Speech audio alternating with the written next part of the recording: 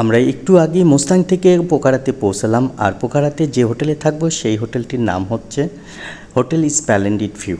আর এই হোটেলটি একেবারে ফেওয়া লেকের কাছে অবস্থিত, মানে আমাদের রুমের ব্যালকনি থেকে পুরো ফেওয়া লেক দেখা যায় আর কি। তো হোটেলটির ভিতরে ঢুকতেই হাতের সাইডেই আছে বিশাল বড় লবি এরিয়া, আর সেই লবিতে একসাথে অনেকগুলো লোক বসতে পারবে। লবি এরিয়াতে থাকতে থাকতেই চোখে পড়লো সেই রাজার আমলকার একটা দরজা। দরজাটিতে এত বেশি কারুকার্য করা ছিল যে দূর থেকে আকর্ষণ করত, আর দরজাটির সৌন্দর্য দেখে আসলে মনে হচ্ছিল যে কোনো রাজার আমলের দরজার সামনে আমি দাঁড়াই আছি। তো দরজা দেখতে দেখতেই হাতের কাছে ম্যানেজার ফর্মটা দিয়ে দিল, ফর্ম ফিল আপ করলাম, নাম ঠিকানা আর পাসপোর্ট নাম্বার দিয়ে দিলাম। দেওয়ার সাথে সাথেই আমাদেরকে ওয়েলকাম ড্রিঙ্কস দেওয়া হলো। আর ওয়েলকাম ড্রিঙ্কস আমি আসলে সাধারণত খাই না, তবে এটা ট্রাই করেছি। জুসটা মজা আছে, এর আগের হোটেলগুলোতে জুস আমি খাই নাই, এতটা ভালো লাগেনি আমাকে। তো এই হোটেলটা পুরনো বিল্ডিং, ইনোভেশন করছে নতুন করে। দাম এবং মান দুটোই আমার কাছে খুবই ভালো লেগেছে। এই যে এখানকার ভিউ, আর আমাদের রুমটা হচ্ছে ডাউন। এখানে কিন্তু অন্ধকার থাকে, বাট আপনি গেলেই কিন্তু অটোমেটিকলি বাতি জ্বলে উঠবে। বাতিগুলো সেন্সর সিস্টেম। এই যে দেখছেন, একটা জ্বললো আর একটা জ্বলবে, এই যে জ্বলে গেল। তো আমার রুম নাম্বার হচ্ছে 412। যেহেতু আমরা দুইজন থাকবো, দুইটা সেপারেট বেড আছে এখানে, আর বেডগুলো খুবই কমফোর্টেবল, আর সাথে আছে দুইটা ল্যাম্প শেড সুন্দর। চার্জিং পোর্ট কিন্তু যথেষ্ট আছে, এই একটা ওই একটা, আর এসি আছে, যদিও এখন এসি লাগে না। দুইটা বসার সোফা আছে, মাঝখানে একটা টি টেবিল আছে, আর এখানে একটা ফ্রিজ আছে। ফ্রিজে আপাতত কিচ্ছু নেই, চাইলে আপনি রাখতে পারেন। আর এই সাইডে আছে একটা ব্যাগ রাখার, কাপড় কোট রাখার হ্যাঙ্গার। আমরা অবশ্য দুইটা ব্যাগ রেখেছি।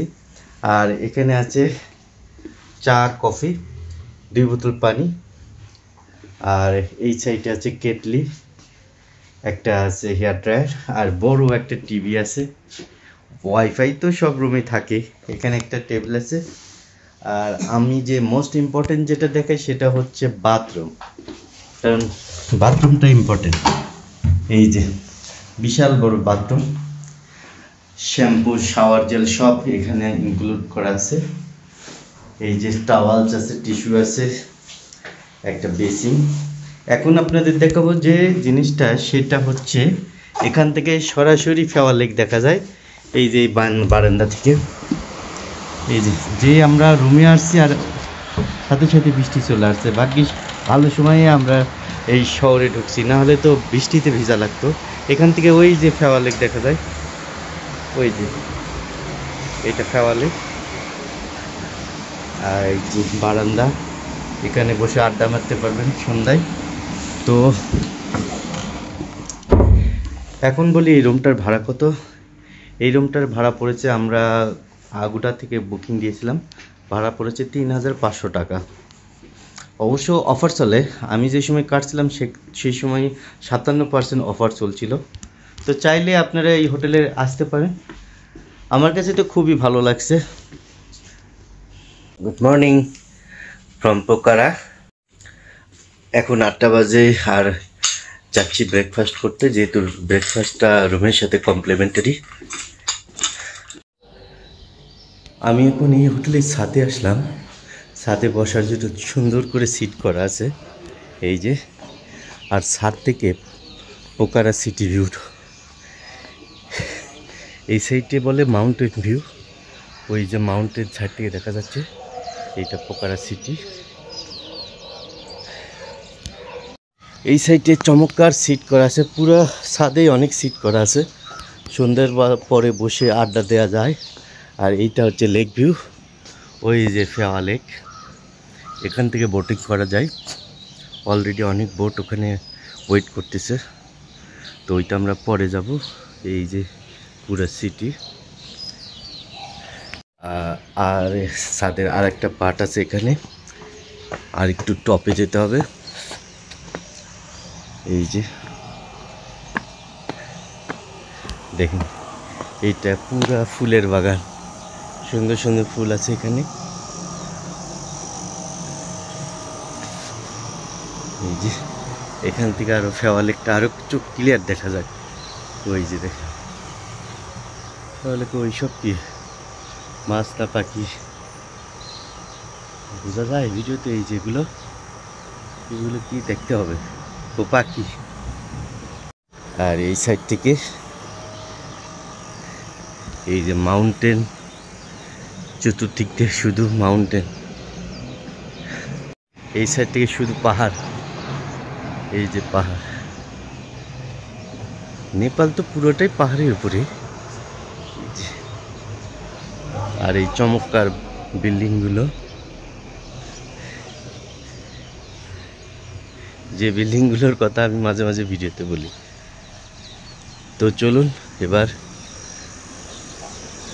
ব্রেকফাস্টটা করে নিই, দেখি কি কি আইটেম আছে ব্রেকফাস্টে। রুমের সাথে কমপ্লিমেন্টারি নাস্তা। Hello, good morning. Room number okay. এখানে আছে পটেটো মানে আলুর দম, সিদ্ধ ডিম, বিন ব্ল্যাক মানে সিদ্ধ, এটা বিন সিদ্ধ বিন, প্যানকেক, সসেস, এ চিকেন সসেস না? আচ্ছা ওকে। কর্নফ্লেক্স, ইয়োগার্ট, ফ্রুটস আছে এখানে, আর চা কফি। এই সেইটা হচ্ছে ব্রেড সেকশন, ব্রাউন ব্রেড আছে, হোয়াইট ব্রেড, মধু আছে, জ্যাম, বাটার। এই তো, বাট এখানে একটা সুন্দর এক বাগান আছে, এই যে রেস্টুরেন্ট গার্ডেন বলে এটাকে। এই যে চমৎকার একটা restaurant garden. G orange juice, তারপরে বেকেড বিন, আলুর দম, সসেস, একটা ডিম, আর দুইটা প্যানকেক, আর একটা ব্রাউন ব্রেড নিয়েছি, আর কিছু ফল। এটা খাওয়ার পরে এক কাপ কফি খাবো। এখানে ব্রেকফাস্টের আইটেম একটু বেশি না, মানে অল্প কিছু আইটেম। এটা আসলে ফ্রেশ জুস না, এটা হচ্ছে ট্যাং টাইপের একটা কিছু। এরকম আমি ঢাকাতে আমরা যে লাউঞ্জে খাইছিলাম, স্কাই লাউঞ্জে, ওইটার খাবার তো সার্ভ করে 5 স্টার থেকে, নাম না বলি। তো ওদের যে জুস আছে ওইটাতে দেখলাম যে ফ্রেশ জুস লেখা। তো জুসটা খাওয়ার পর ওইদিকে তাকায় দেখি কিছুক্ষণ পরে প্রাণ কোম্পানির লাটিনা 1 লিটারের ম্যাঙ্গো জুস, সেটা ওর ভিতরে রিফিল করতেছে, যেটা আসলে কখনোই ঠিক না। প্যানকেকটা কেমন লাগে এখানকার? প্যানকেক কী দিয়ে খাবো, মধু তো ওই পাশে রাখে আসছি, বিন দিয়ে খাই, কেমন লাগে। তো নাস্তা শেষ আমাদের, এখন কফি খাবো, কফিতে বাইরে যাব। আর একটু কফিতে চিনি লাগে বেশি, এরা কফির সাথে বা চায়ের সাথে চিনি দেয় না, এরকম পটে করে চিনি দেয়। সকালে একটু ঘোরাঘুরি করে রুমে যাব, যেহেতু আমাদের 12টার পরে চেক আউট করতে হবে।